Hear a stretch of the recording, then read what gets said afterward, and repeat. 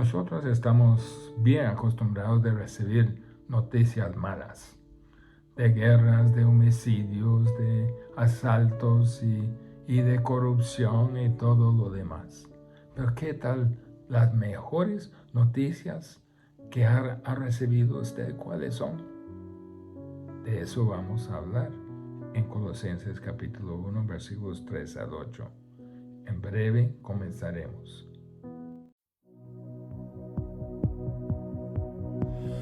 Siendo en forma de Dios, Rey de toda la creación, de siervo se vistió, hasta lo sumo se humilló, sufrió la muerte en su misión, horrenda muerte en una cruz.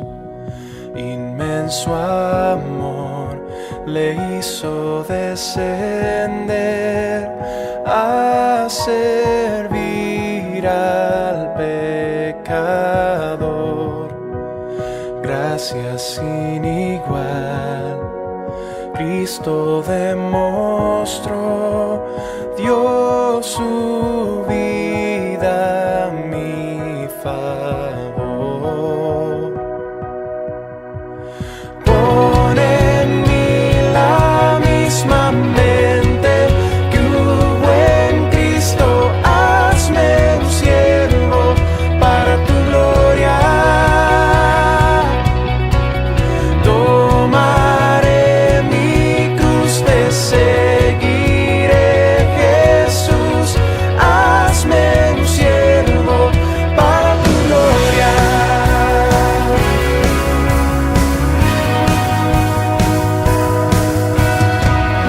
Soberano e inmortal, coronado en majestad, lavando mis pies,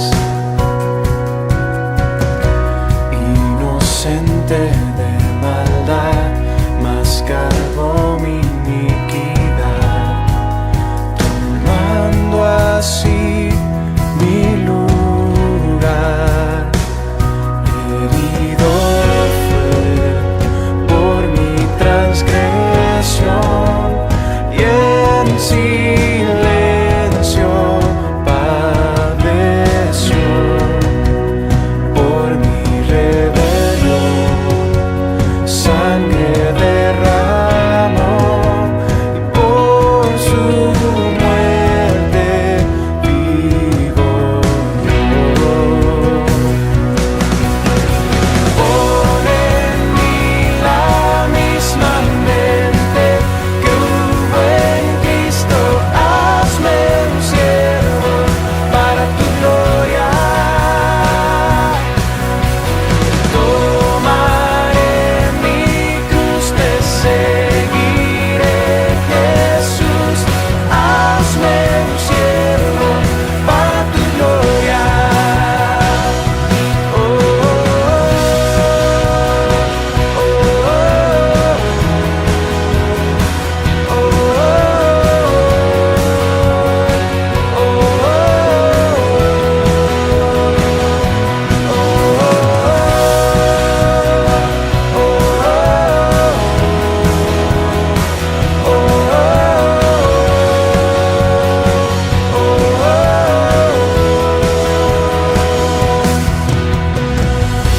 En mí la misma mente que hubo en Cristo, hazme un siervo para tu gloria.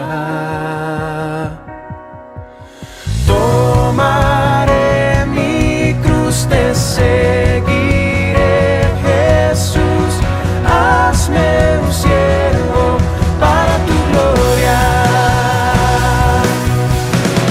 Pon en mí la misma mente que hubo en Cristo, hazme un siervo para tu gloria. Tomaré mi cruz, te seguiré.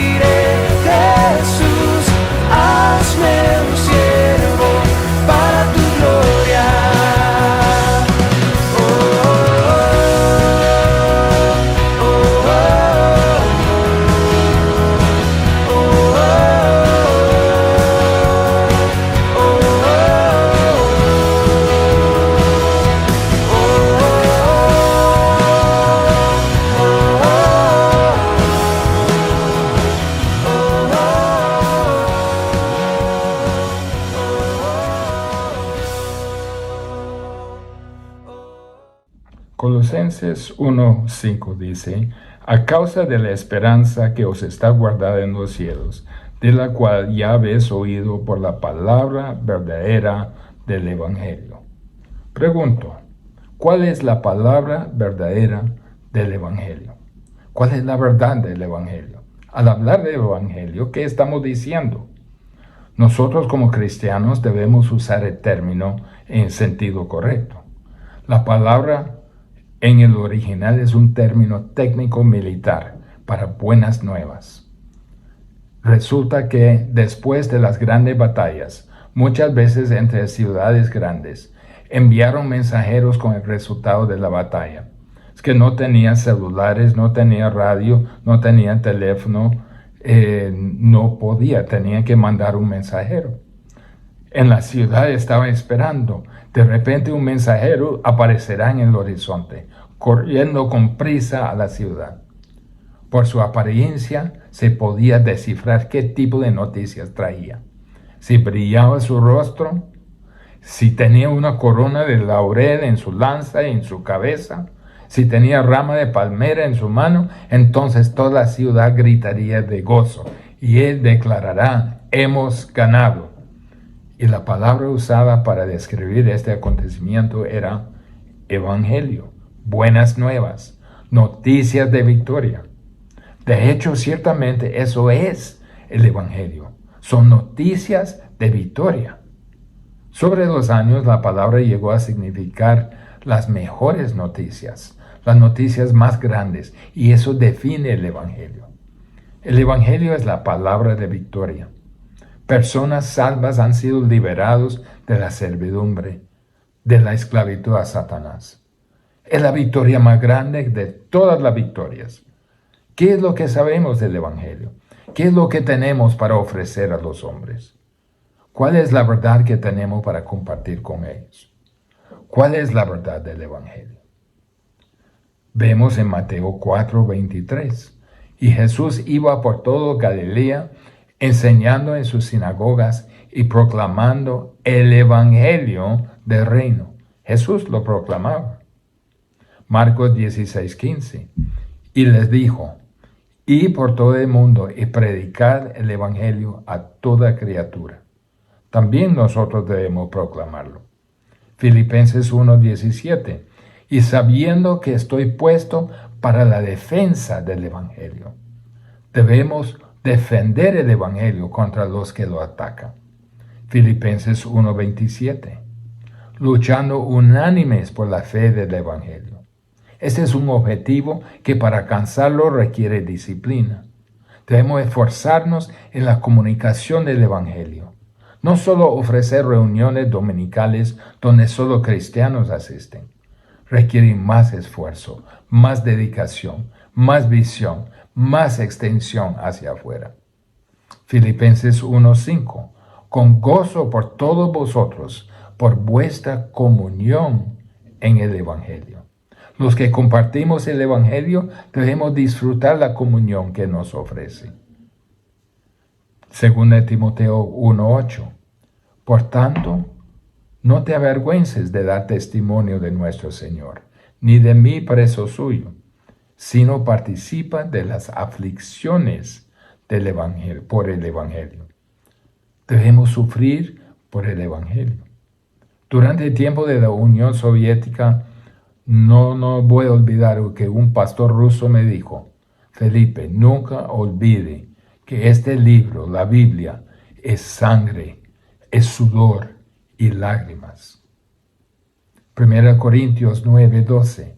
Pero no hemos usado este derecho, sino que lo soportamos todo, por no poner ningún obstáculo al evangelio de Cristo. Que nuestra vida, que nuestras palabras nunca sirven de impedimento al evangelio. Romanos 1:16. Dice, porque no me avergüenzo del evangelio. Nunca debemos avergonzarnos del evangelio. Primera Tesalonicenses 1:5. Pues nuestro evangelio no llegó a vosotros en palabras solamente, sino también en poder, en el Espíritu Santo, Es el Espíritu que nos empodera para proclamarlo. Todo es por la gracia de Dios. El Nuevo Testamento lo llama con varios términos. La única noticia buena. Las buenas nuevas del Hijo de Dios. Pablo dice, si alguien predica otro evangelio, que sea anatema. Las buenas nuevas de la gracia de Dios lo llama el Nuevo Testamento. Las buenas nuevas de Dios, las buenas nuevas de Cristo, las buenas nuevas de paz, las buenas nuevas eternas o el Evangelio eterno. ¿Qué es este Evangelio? ¿Cuál es el contenido de estas buenas nuevas? Lo vemos en 1 Corintios 15, 3 y 4. Porque primeramente os he enseñado lo que asimismo recibí, que Cristo murió por nuestros pecados, conforme a las Escrituras, y que fue sepultado, y que resucitó al tercer día, conforme a las Escrituras. Esto es el Evangelio. Mire, por partes, Cristo, el Hijo de Dios, la segunda persona de la deidad, vino a este mundo, tomó forma humana, identificando con la raza humana perdida para salvarla. Murió por nuestros pecados, conforme a las Escrituras. Pagó la condena eterna por nuestros pecados, por el pecado del mundo. Satisfizo la divina justicia de Dios, tal como fue profetizado siglos antes. Fue sepultado. Su muerte no fue un engaño, no fue solo la apariencia de muerte. Estuvo en la tumba 3 días. Fue validado la muerte de Cristo, la paga de nuestros pecados. Resucitó al tercer día conforme a las Escrituras. Dios lo levantó de la muerte como prueba de que aceptó la paga de nuestros pecados. El pago está hecho. Ha sido validado por Dios. La salvación está lista para recibir. Buenas nuevas son las mejores nuevas que podemos recibir. Es este evangelio, estas tremendas buenas nuevas, esta verdad increíble, la fuente de gratitud de Pablo en Colosenses capítulo 1. Lo que realmente motiva su acción de gracias a Dios es que los colosenses escucharon el evangelio y el evangelio llevó fruto en sus vidas. Ellos habían recibido el evangelio, habían creído el evangelio transformó sus vidas. Pablo podía decir, gracias Dios por lo que ha hecho en las vidas de los colosenses. Gracias por el efecto que el evangelio ha tenido en su vida. En versículos 3 a 8, debemos reconocer 7 aspectos de este maravilloso evangelio que Cristo nos trajo. En primer lugar, la verdad del evangelio, la palabra de verdad del evangelio que nos trajo Jesús, se recibe por fe. Colosenses 1, 3 y 4. Siempre orando por vosotros, damos gracias a Dios, Padre de nuestro Señor Jesucristo, habiendo oído de vuestra fe en Cristo Jesús. Quiero agradecer a Dios que ustedes tienen fe, dice Pablo, que las buenas nuevas es Jesucristo y ustedes lo creen. Algunos pervierten el evangelio, otros desobedecen el evangelio, pero esto no es el caso con ustedes. La Biblia dice que el evangelio es para ser creído. Hechos 15:7, Pedro se levantó y dijo, varones hermanos, vosotros sabéis como ya hace algún tiempo que Dios escogió que los gentiles oyesen por mi boca la palabra del evangelio y creyesen. Ese es el inicio, creer en el evangelio. ¿Qué significa creer? Simplemente estar persuadido que algo es verdadero y confiar en ello. Fe es creer. Fe se basa en evidencia. Fe se basa en los hechos. No hay mejor definición que Hebreos 11:1. Es pues la fe la certeza de lo que se espera, la convicción de lo que no se ve. Usted espera algo y al esperar por algo no visto, su fe lo hace realidad.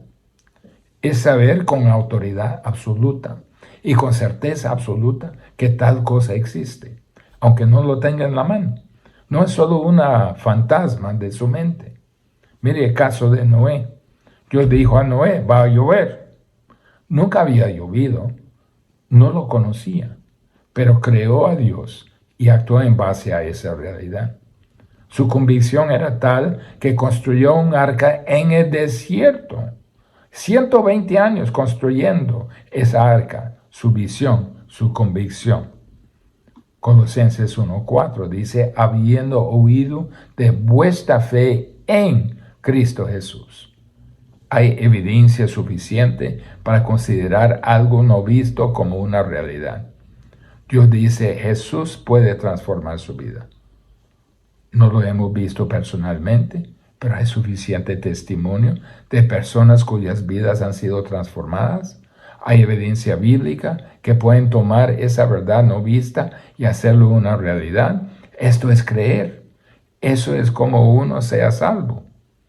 Es la relación entre la fe y Jesucristo que lo salva. Dice vuestra fe en Cristo Jesús. La misma palabra en se usa en Hechos 16:31, cuando Pablo estaba hablando a carcelero de Filipos. Creer en el Señor Jesucristo. La palabra en significa encontrar un lugar para vivir, encontrar un lugar de seguridad y firmeza. Fe en Cristo Jesús es como descansar en un fundamento sólido, encontrar un lugar. Encontrar un hogar y poner el ancla. La fe le da una conexión a Jesucristo firme y estable, como un cable bien anclado. Buenas obras es como agarrar un tronco flotante inestable, se lo lleva al río abajo como todo lo demás. La verdad del Evangelio que nos trajo Jesús se recibe por fe, pero también la verdad del Evangelio que nos trajo Jesús resulta en amor. Versículo 4. Habiendo oído de vuestra fe en Cristo Jesús y del amor que tenéis a todos los santos. El resultado de su fe ha sido el amor que tiene para todos los santos. Gálatas 5:6, Pablo nos dice la fe que obra por el amor. Donde existe fe, habrá amor. Si verdaderamente ha creído en el Señor Jesucristo, si es verdaderamente su Hijo, amará a su hermano. Fe no nos dirige al aislamiento. Es fe en Jesucristo lo que nos purga de egoísmo, nos da una nueva perspectiva hacia otros. Nuestro amor es un reflejo de su amor por nosotros. Somos salvos por fe, somos salvos para amar. Juan 13:34, Jesús dijo, un mandamiento nuevo os doy, que os améis unos a otros. Y más tarde es como si nos dirían, los daré una capacidad de hacerlo, de amar el uno al otro, junto con el mandamiento. Lo vemos en Romanos 5:5. Porque el amor de Dios ha sido derramado en nuestros corazones por el Espíritu Santo que nos fue dado. A todos los santos. Es un amor no selectivo. Amaron a todos. Filipenses 2:2 dice, completad mi gozo, sintiendo lo mismo, teniendo el mismo amor. Amaremos a todos por igual. La verdad del Evangelio resulta en el amor.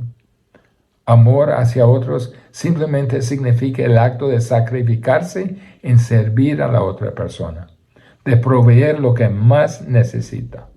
No es sentimentalismo. Estoy más amoroso cuando me sacrifique para llenar su necesidad. Y la mejor manera que puede amarme a mí es hacer todo lo que puede para hacer todo lo que Dios quiere que sea y servirme en cualquier forma que puede. La verdad del Evangelio que nos trajo Jesús resulta en amor. La verdad del Evangelio, en tercer lugar, que nos trajo Jesús, descansa en esperanza. Versículo 5 de Colosenses 1. A causa de la esperanza que os está guardada en los cielos, de la cual ya habéis oído por la palabra verdadera del Evangelio. Que os está guardado en los cielos. Esta esperanza está reservada en el cielo para nosotros. Pedro dijo lo mismo en 1 de Pedro 1:4, para una herencia incorruptible, incontaminada e inmarcesible, reservada en los cielos para vosotros. Dios estableció nuestra esperanza por medio de hacernos sus hijos. 1 de Juan 3:1 y 2. Mirad cuál amor nos ha dado el Padre, para que seamos llamados hijos de Dios. ¿Y cuál es el resultado de eso? Versículo 2 del mismo capítulo. Amados, ahora somos hijos de Dios, y aún no se ha manifestado lo que hemos de ser, pero sabemos que cuando Él se manifieste, seremos semejantes a Él, porque le veremos tal como Él es. Dios estableció nuestra esperanza en el momento que nos hizo sus hijos. Hebreos 6 habla de lo mismo, versículos 18 y 19. Para que por dos cosas inmutables, en las cuales es imposible que Dios mienta, tengamos un fortísimo consuelo los que hemos acudido para asirnos de la esperanza puesta delante de nosotros, la cual tenemos como segura y firme ancla del alma, y que penetra hasta dentro del velo. Nuestra esperanza está anclada en la mera presencia de Dios. Esta esperanza nos ayuda a vivir para el futuro. Es una increíble confianza nacida de fe, que hay algo en el futuro que es muchísimo mejor que cualquier cosa en presente. Romanos 8:18. Pues tengo por cierto que las aflicciones del tiempo presente no son comparables con la gloria venidera que en nosotros ha de manifestarse. No me importa el momento, lo que me importa es la eternidad. Servimos al Señor aquí, poniendo a un lado nuestras preferencias, obedeciendo su voluntad, disciplinándonos como hizo Pablo. Nuestra mentalidad es eterna. Somos ciudadanos de otro mundo. Como alguien ha dicho, es mejor apostar mi vida en la verdad de Dios y creerla que apostar mi vida en lo que uno puede ver con los ojos. La verdad del Evangelio que nos trajo Jesús descansa en esperanza. En cuarto lugar, la verdad del Evangelio que nos trajo Jesús alcanza al mundo. Colosenses 1, capítulo 6, que ha llegado hasta vosotros, así como a todo el mundo. La verdad del Evangelio alcanza al mundo. El Evangelio es las verdaderas buenas nuevas, es las buenas nuevas para todo el mundo. No es una noticia no es una parte de las demás sectas. El Evangelio es para el mundo. Es lo mismo donde quiera que vaya. No es un agregado a ninguna religión. Romanos 1:8 dice, primeramente doy gracias a mi Dios mediante Jesucristo con respecto a todos vosotros, de que vuestra fe se divulga por todo el mundo. Escuche, por todo el mundo. Romanos 10:18. Pero digo, ¿no han oído? Antes bien, por toda la tierra ha salido la voz de ellos, y hasta los fines de la tierra sus palabras. El Evangelio es para llegar a los fines de la tierra. Juan 8:12. Otra vez Jesús les habló diciendo, yo soy la luz del mundo. El que me sigue no andará en tinieblas, sino que tendrá la luz de la vida. El Evangelio debe ir al mundo. Y vemos el resultado al final en Apocalipsis 7, 9 a 10. Solo escucha la presencia representada de todo el mundo. Después de esto miré, y aquí una gran multitud, la cual nadie podía contar, de todas naciones y tribus y pueblos y lenguas que estaban delante del trono y en la presencia del Cordero, vestidos de ropas blancas y con palmas en las manos, y clamaban a gran voz diciendo: la salvación pertenece a nuestro Dios que está sentado en el trono y al Cordero. Pero me llama la atención, no es una salvación general, es generalizado en el sentido que es para todo, pero se recibe personalmente. Ha llegado hasta vosotros. No es solo el Evangelio para todo el mundo, pero también es muy personal. Cada persona debe recibir la salvación de Jesús por sí mismo. Mi salvación es muy, muy personal entre mi persona y mi Salvador. Él es mi Salvador. Él es quien me ha redimido. El Evangelio se recibe por fe, resulta en amor, descansa en esperanza y alcanza al mundo. Este es el mensaje que podemos dar a cualquiera en cualquier cultura, y en el cuerpo de Cristo se compone de personas de todo el mundo. En quinto lugar, la verdad del Evangelio que nos trajo Jesús se reproduce, lleva fruto. Colosenses 1:6, otra vez, la segunda parte, dice: y lleva fruto y crece también en vosotros. Lleva fruto y crece también en vosotros. Lleva fruto y crece. El Evangelio es vivo. La palabra de Dios es viva y poderosa. Es productiva.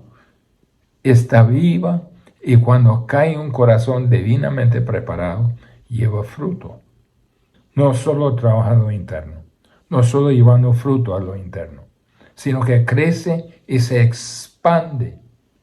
Primero el Evangelio penetra a alguien y esa persona crece, empieza a madurar y luego se extiende a otros y la congregación empieza a crecer. Primero transformación espiritual y luego crecimiento externo en la congregación. En el libro de Hechos, la iglesia primitiva empezaba a crecer. Crecieron internamente, creciendo en sus corazones. De ese crecimiento vino el crecimiento de la iglesia, de la congregación. Hechos 12:24 dice: pero la palabra de Dios crecía y se multiplicaba. Primero producía en las vidas de las personas y luego se extendía para que otros fueran salvos. Cuando el Evangelio entra en una vida, no es meramente un sistema de ética ni un código de comportamiento. Es un poder transformador. Empieza a producir fruto en la vida y luego se expande a muchas otras vidas, nuevos convertidos. ¿Está usted creciendo? Quinto, dice la verdad del Evangelio que nos trajo Jesús, se reproduce, lleva fruto. ¿Está reproduciendo? También en sexto lugar, la verdad del Evangelio que nos trajo Jesús es arraigada en la gracia de Dios. Colosenses 1:6. Desde el día que oísteis y conocisteis la gracia de Dios en verdad. La verdad del Evangelio se arraiga en la gracia. Todas las demás religiones se basan en la presuposición que uno tiene que hacer algo para ganar algo. Todas las demás religiones se basan en el hecho de que el hombre puede, por sus propias obras, encomendarse a Dios. Dicen ellos, pueden ganar o merecer la salvación por esfuerzo humano mezclado con algo de gracia. Pero Dios, Él libremente, soberanamente misericordioso y perdonador, debido a nada que hemos hecho, sino por su gracia. Por eso dice, la gracia de Dios en verdad. Gracia es simplemente Dios dándonos lo que no merecemos. Escucha algunos 12 ejemplos. Hechos 11:18. Está diciendo Pedro: entonces, oídas estas cosas, callaron y glorificaron a Dios, diciendo: de manera que también a los ángeles, a los gentiles, ha dado Dios arrepentimiento para vida. Los apóstoles reconocieron que el arrepentimiento para vida eterna era el don de Dios y que Dios les había dado este don también a los gentiles. es la gracia de Dios. Lidia, en Hechos 16:14. Entonces, una mujer llamada Lidia, vendedora de púrpura en la ciudad de Tiatira, que adoraba a Dios, estaba orando, estaba oyendo, y el Señor abrió el corazón de ella. Salvación es un acto de gracia de parte del Señor. Simplemente dice que todo es por gracia. No merecemos nada. Segunda de Tesalonicenses 2, 13 a 14. Pero nosotros debemos dar siempre gracias a Dios respecto a vosotros, hermanos amados por el Señor, de que Dios os haya escogido desde el principio para salvación, mediante la santificación por el Espíritu y la fe en la verdad, a lo cual os llamo mediante nuestro Evangelio, para alcanzar la gloria de nuestro Señor Jesucristo. Es todo un acto de Dios. Es todo de su gracia. Y por último, la verdad del Evangelio que nos trajo Jesús es testificada por los hombres. Colosenses 1, 7 y 8.